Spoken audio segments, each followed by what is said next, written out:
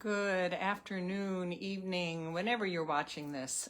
Deborah Roth here from Spirited Living, and delighted to be back with another edition, another installation into my Inner Goddess Team series.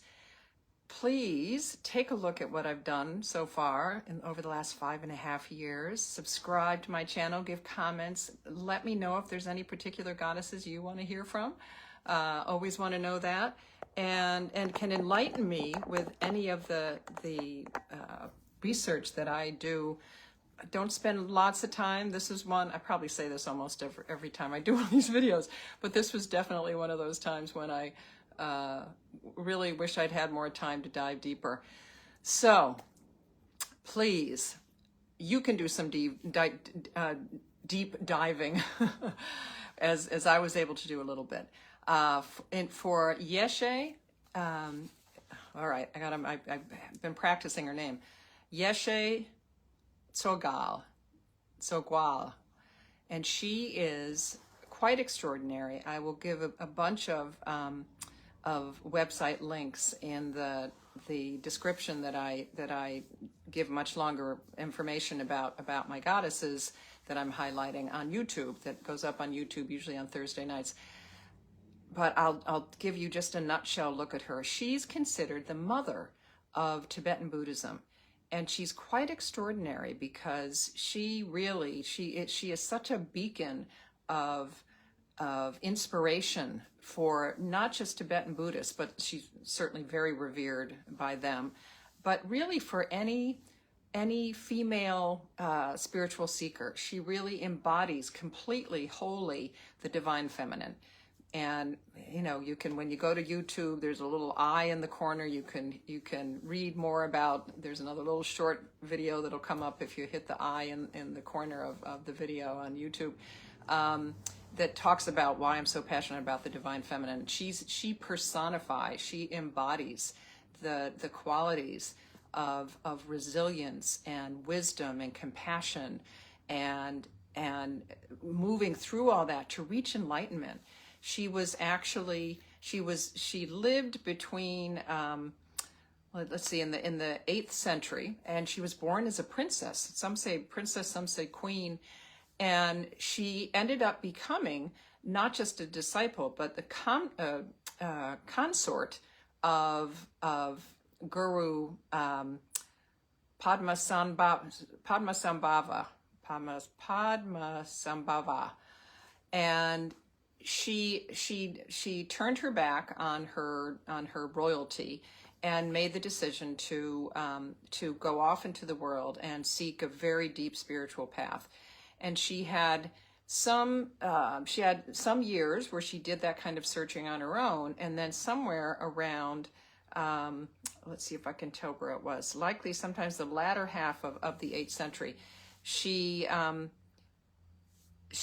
met Guru Padmasambhava. I'm so sorry. Please don't take this as disrespectful, you Tibetan Buddhists out there. Padmasambhava, right when he was kind of at the height of spreading Buddhism, and particularly in Tibet. He was considered to be the one that really brought Buddhism to Tibet. And he had just established a monastery there, which was a big deal.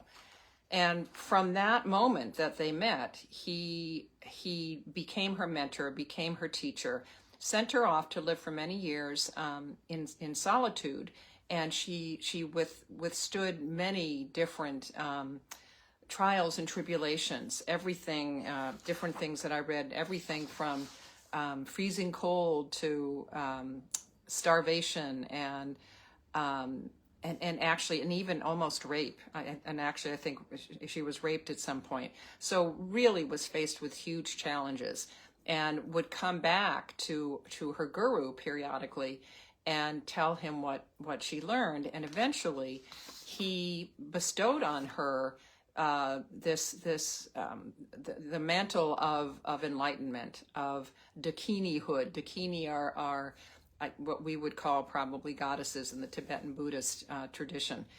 And all of this is recorded and their conversations really show her evolution and show their really powerful relationship that they had with each other, both as student and originally as student and teacher, but then it evolved into a very equal, where he embraced her, and she, in terms of being an equal in the path, in the spiritual path of bringing Buddhism to Tibet. And so she exemplifies wisdom and courage, the feminine principle. There's so many images of her online and talking about her, all of the different symbols. She has a 5-pointed crown, which represents aspects of Buddhism, and she wears ankle bracelets to represent her connection, her groundedness to earth. She wears a scarf, which in the Tibetan tradition is considered a sacred scarf. So many pieces, and she's considered a moon goddess, and we have the new moon coming up this Friday. Well, actually, I think it might be Saturday, but I'm doing my new moon circle on Friday, January 16th. So she has amazing iconology, and all of these symbols, which of course I love so much as a ritualist, represent different things they're really profound in her teaching. She played a really key role in transcribing and then preserving and safeguarding the hidden spiritual treasures, which were known as terma. And the idea was that they could be referred to by future generations who need support during difficult times. Let's see, the embodiment of feminine enlightenment, inspiration for all practitioners on their way to awakening. Let's see, there's so much to say about her. And I think, this is what I was looking for. She wrote something called, it was a story of complete liberation called her well-known Namthar, which is this story of complete liberation. And it was revealed by a 17th century who found this thing, and it really portrays her. It's written in her words. It portrays her as this gutsy woman who faced these amazing trials, practicing meditation in these, had scorn from villagers and torment by demons and starvation, all the things that I talked about. And she's shown through that through transforming adversity into fuel for her practice and gaining realization. And I loved this too. So as she's reporting back periodically from her retreats, reporting back to her guru, to Padmasambhava, that just flowed easily, thank goodness. He actually made a statement in some of these writings that a woman with strong determination has greater potential for attaining enlightenment than a man. So she really represents this, I think, this powerful reminder for women to overcome any misogyny in their spiritual practices and in their spiritual journeys, and whether you're traversing the Buddhist path or not, but certainly, especially if you're, moving through Buddhism. She is an example for many people looking around. Okay, a good example of a person dedicates herself or himself to something. They'll definitely succeed. She's still a symbol to this day, and still very revered to this day, of inspiration in this age of the world for feminine strength, the soul, and the feminine capacity of awakening. Let's see. Her veneration as a Dakini. That's her role as a holy woman, as a goddess, which we would say in the Western tradition. Serves for equanimity between wisdom and compassion.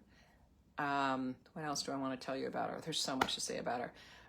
She provides a clear message of freedom from gender constrictions, particularly if you are on a spiritual path and in your spiritual practices. She inspires practitioners across all the world as a representation of enlightenment, resiliency, and feminine spiritual force. And she's seen by her resonance with movements for spiritual inclusivity and gender equality.